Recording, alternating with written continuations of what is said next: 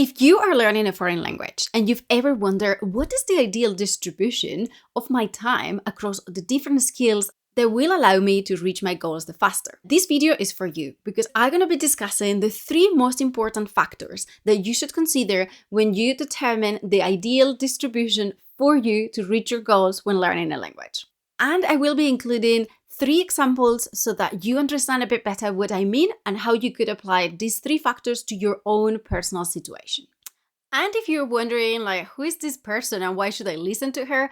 My name is Esther. I'm a doctor in language education. I've spent past 25 years of my life devoted to languages and communication. I studied 9 languages. Some of them I still speak them very fluently. I trained to become a conference interpreter and a translator. I've been a language teacher for many, many years, probably more than I can count. And I have also spent a number of years working for the University of Cambridge, where I was working in the language education department and advising the European Union on different topics related to language education.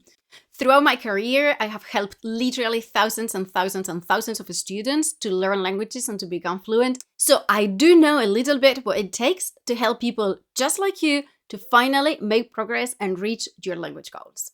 This question comes from Alejandro. He's one of the members in my community. He is learning English and Dutch. He's a Spanish speaker.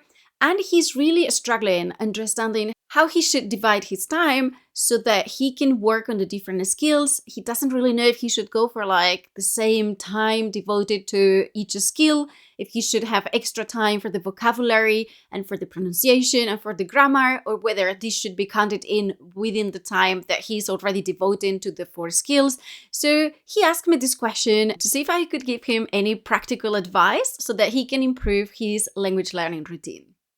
If you also want to be able to ask me questions and get my advice on your very, very individual circumstances, you may want to consider joining my community. The link is in the description. It's a great space where you can attend monthly workshops, you can meet with other students who are also learning languages, and most importantly, you also have my unlimited support so that you can ask all your questions anytime to make sure you can progress as fast as possible. And if you're not ready for the community, because it's not for everyone, you might want to join my WhatsApp channel where I share regular updates, insights, and also promotions that I don't share anywhere else, not even in my newsletter. The link is in the description. You may want to join. That one is completely free.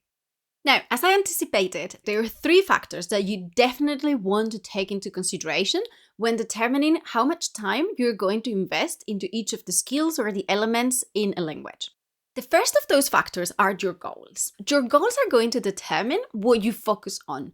Think of your goals as your North Star, right? That is what you want to be able to achieve in the language by when. So depending on your goals, you will want to focus on different skills or different elements because eventually what you want to be able to do in the language, what you want to be able to achieve in the language, it's what's going to determine what you focus on when you are studying. And we're going to see an example in a minute so that you understand it a bit better. The second factor that you have to consider is your current level, not just in the language, but in each of your skills. Because if you have some skills that are weaker than others, and those skills are instrumental, they are key for you to reach your goal, then we're going to have to focus on those skills more. So you eventually going to have to give them more time. You're going to have to invest more time and effort in developing those skills that right now are not where they should be and are blocking your ability to reach your goals. And the third factor, which is not less important, it's what you enjoy and what you struggle the most with. And I know it sounds a bit strange, but let me elaborate. So what you enjoy the most, it's going to determine what you are putting a lot of energy into. So that means those are going to be activities or skills that you're going to naturally gravitate towards. Which means that whenever you have some time, you are going to default to practicing those skills, which means those skills are probably getting already more practice than the others because the others you enjoy them less. And that is the other side of the coin. It's what you struggle the most with because those skills that you are having more difficulty in, it's very possible, and it happens a lot, that you are avoiding them. So whenever you have some time to practice, you are going to end up doing those things that you enjoy, practicing those skills that you feel comfortable in and that you find enjoyable, and avoiding those skills that are a bit difficult, that feel like harder, that you have to make an effort. And those are actually the skills that probably, depending on your goals, are going to be the ones you have to be working on the most. So that's why those three factors are very much intertwined, and we have to look at the three of them in order to determine how much time you're going to be investing in each of the skills or each of the elements in your language learning routine. Just to make sure that all of this makes sense and that you understand how these three factors actually work together, we're going to work through three examples of three different people. The first one, it's going to be Juan. Juan is a Spanish-speaking student who wants to go to university either in the US or in the UK, so he needs to pass an exam. The second example is going to be Alara. Alara is the CEO of a company in Turkey, and she has a lot of her suppliers in China. She speaks Mandarin quite well, but she feels her Mandarin is not good enough to be able to do professional presentations to her suppliers in Mandarin. And she would really want to be able to do that so that she can grow this connection that she's got with them. And the third example is going to be Susan. Susan is an American who has decided to retire in Mexico, but she's really struggling with the Spanish. She's been trying a number of methods, and she gets to understand quite well because she tries to listen to the news and to the radio, but she's still really struggling to be able to have a conversation with her neighbors or even with the people at the local shop. So we're going to look at those three examples, and we're going to see how those different circumstances, goals, different levels in the skills, and what they enjoy and they don't enjoy are going to determine the amount of time they should be spending in each of their skills. So the first example, we're going to call him Juan. Juan is this student from a Spanish-speaking country whose dream is to go to university in the UK or in the US. Now, for that, he needs to prove that he has a certain level in the language, in English. And most universities are going to require him to show proof of that competence in the language through some sort of language exam. So the first thing he has to determine is what are the universities he wants to go to, which exams are accepted, and then look at the exams. Right, so now he's got the exam, he knows what his goal is. He looks at the exam and he looks what is the distribution of the skills. It's writing, speaking, listening, and reading equally important. Is there a grammar part of the exam that he needs to pass separately from the reading or from the writing? Some exams include these kind of tasks, others don't.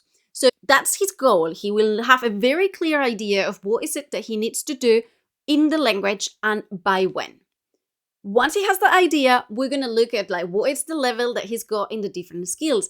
And maybe imagine that Juan has spent a lot of time watching videos on YouTube in English, but he has nobody to practice with. So when he tries to speak, it just doesn't work. And because he hasn't really needed to write that much in the language, his writing is quite poor as well. And maybe his reading is kind of okay, but he's not really able to understand very complex texts in the language, at least not at the academic level that would be expected for him to pass the exam and to go into university. So he's going to have to focus a little bit on reading and a lot on writing and on speaking, and especially in writing because a lot of these exams have a very heavy written component, and this one is quite important because if you go into university in the country, you're going to spend a lot of time writing essays, and you're going to spend a lot of time going to lectures and having to express your opinion, so it's important that he's practicing his speaking skills. Now, the problem is that he probably doesn't enjoy that because that's hard, and when he thinks he's practicing his English, he's just resorting to those YouTube videos or even watching shows because he feels like, well, that's a way to practice. Yes, it's a way to practice, but it's not practice that is getting him any closer to the goals he needs to achieve, which is, again, to pass the exam so he can go to university. So in that case, I would still keep the listening because it's important, but if his level is already very good and he really enjoys it, he's going to be doing that anyways. We need to focus the practice time more on the other skills that he really needs. And again, if there is a grammar exercise, some exams have them, he would need to spend some extra time practicing those grammar exams that are not necessarily very natural and not what you would do in real life, but that is what it's required for him to reach his goal of passing the exam and being able to study in an English-speaking country. The second example is Alara. Alara is our Turkish CEO who has all of her suppliers in China. She's ended up learning how to speak Mandarin, and she's quite comfortable and quite conversational when it comes to everyday topics and getting by in China. However, she has realized that Because her supplier's English isn't that great, whenever she has to do professional presentations and she does them in English, her suppliers don't necessarily understand everything. So she has decided that she would like to start giving those presentations in Mandarin so that her suppliers understand better and also to create a stronger connection, a stronger bond with them. Now, Alara's goal is very, very simple. She wants to be able to speak about all the technical topics in her business in Mandarin and be able to present in a way that it's clear for her audience. She doesn't need to write, she doesn't need to read, and she doesn't need to listen because those are skills that she already kind of has. She's already fluent in the language. It's just that she's not fluent enough to be doing that specific task in Mandarin, which is a very, very particular task. And even in your mother tongue, when you're going to start giving presentations, you may want to get some specific training on that, especially if you are speaking about a technical topic where the words you are using are not the words you would use every day in a normal conversation.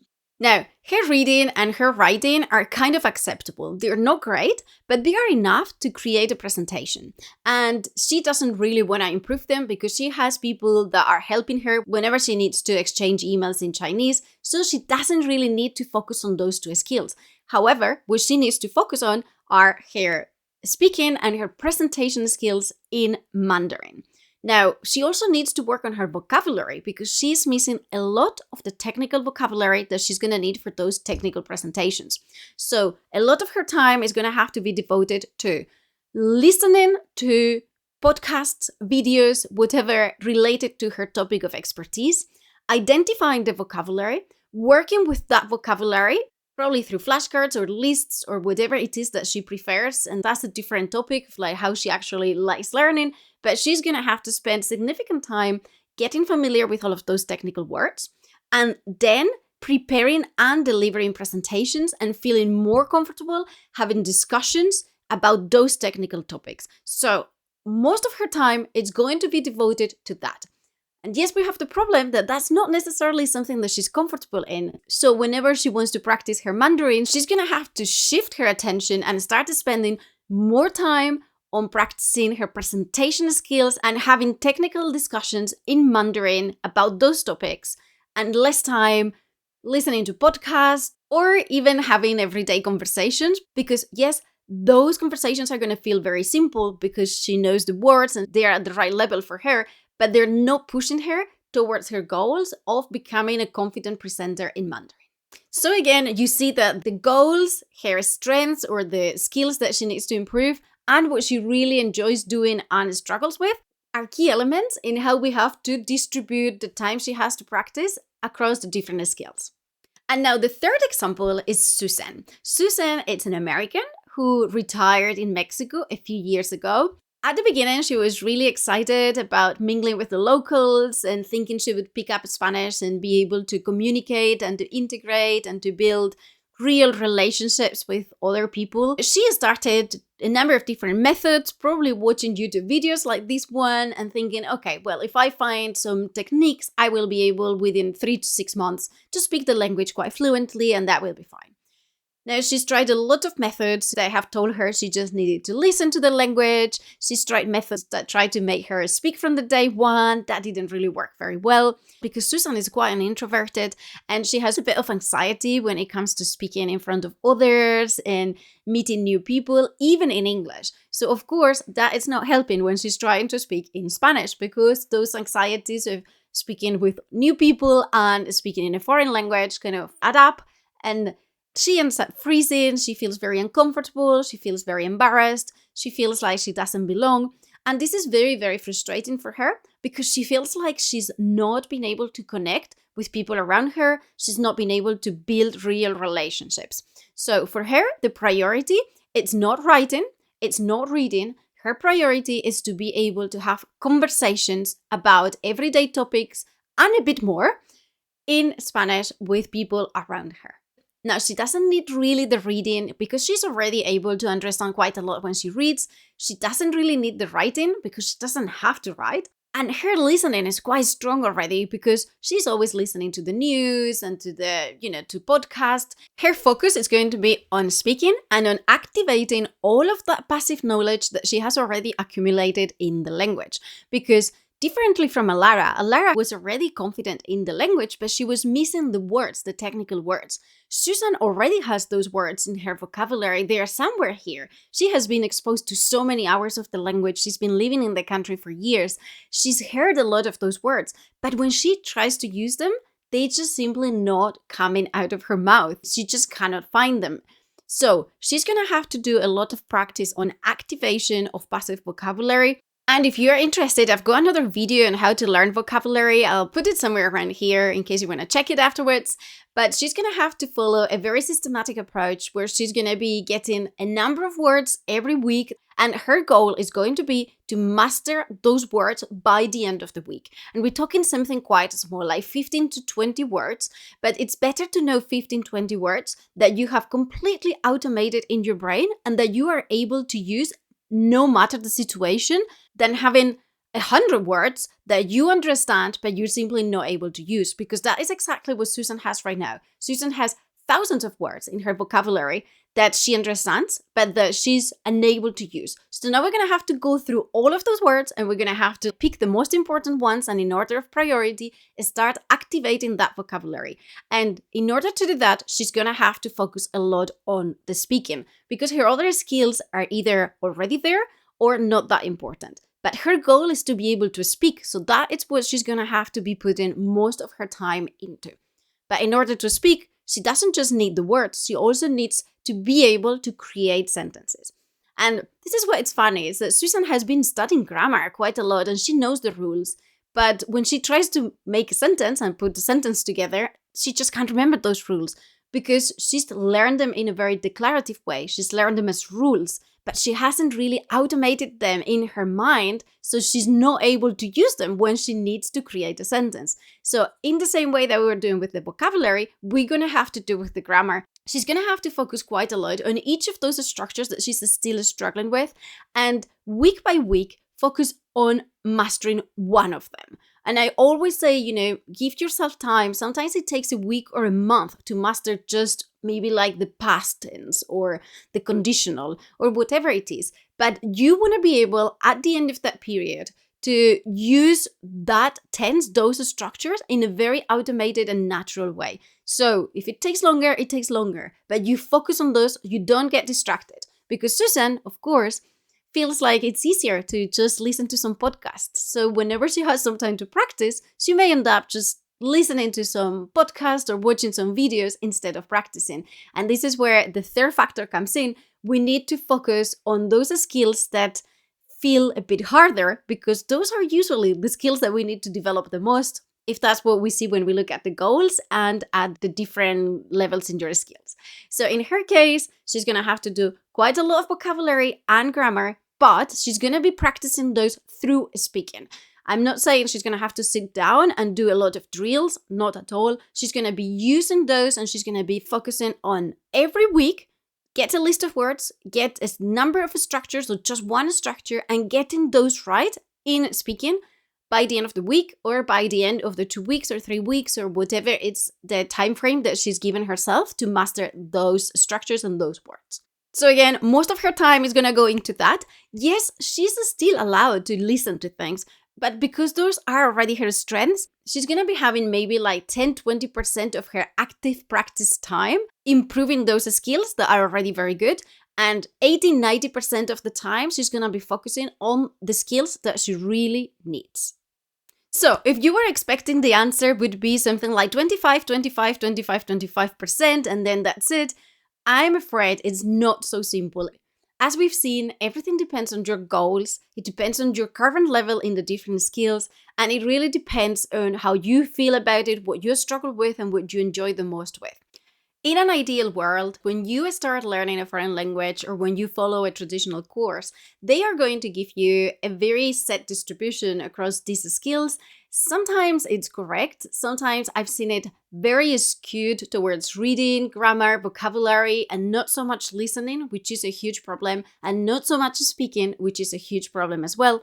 But in general, if you are starting, you're quite safe going for a very balanced distribution across the different skills and with some parts of a bit of grammar and vocabulary integrated into the practice of those skills. However, if you are not starting from zero and you've already been learning the language for a while, how much time you devote to each skill and to each of those elements in the language, it's going to be very, very dependent on these three factors that we have just seen today.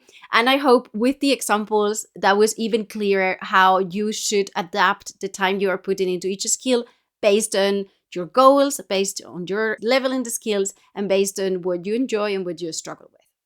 And if you are struggling to make progress, you may want to check my workshop, Clear Your Way to Fluency. In this workshop, you'll be able to take a unique test that I've developed in which you're going to identify what your blocks are, and you will get a ton of actions and tips that you can follow if you want to overcome each and every one of the blocks that you may have. I'm leaving the link in the description. If you enjoyed this video, you may want to subscribe to the channel. I've got plenty of new content coming up and really, really exciting topics that I'm sure you're going to be interested in. And if you are like Susan and you are struggling with your vocabulary, you may want to check this video next, where I explain step by step what you should do if you are trying to learn vocabulary but feel like it just doesn't stick, and whatever you do, it's never available when you need to use it. This video is going to be really, really helpful, so I recommend you go and check it right now.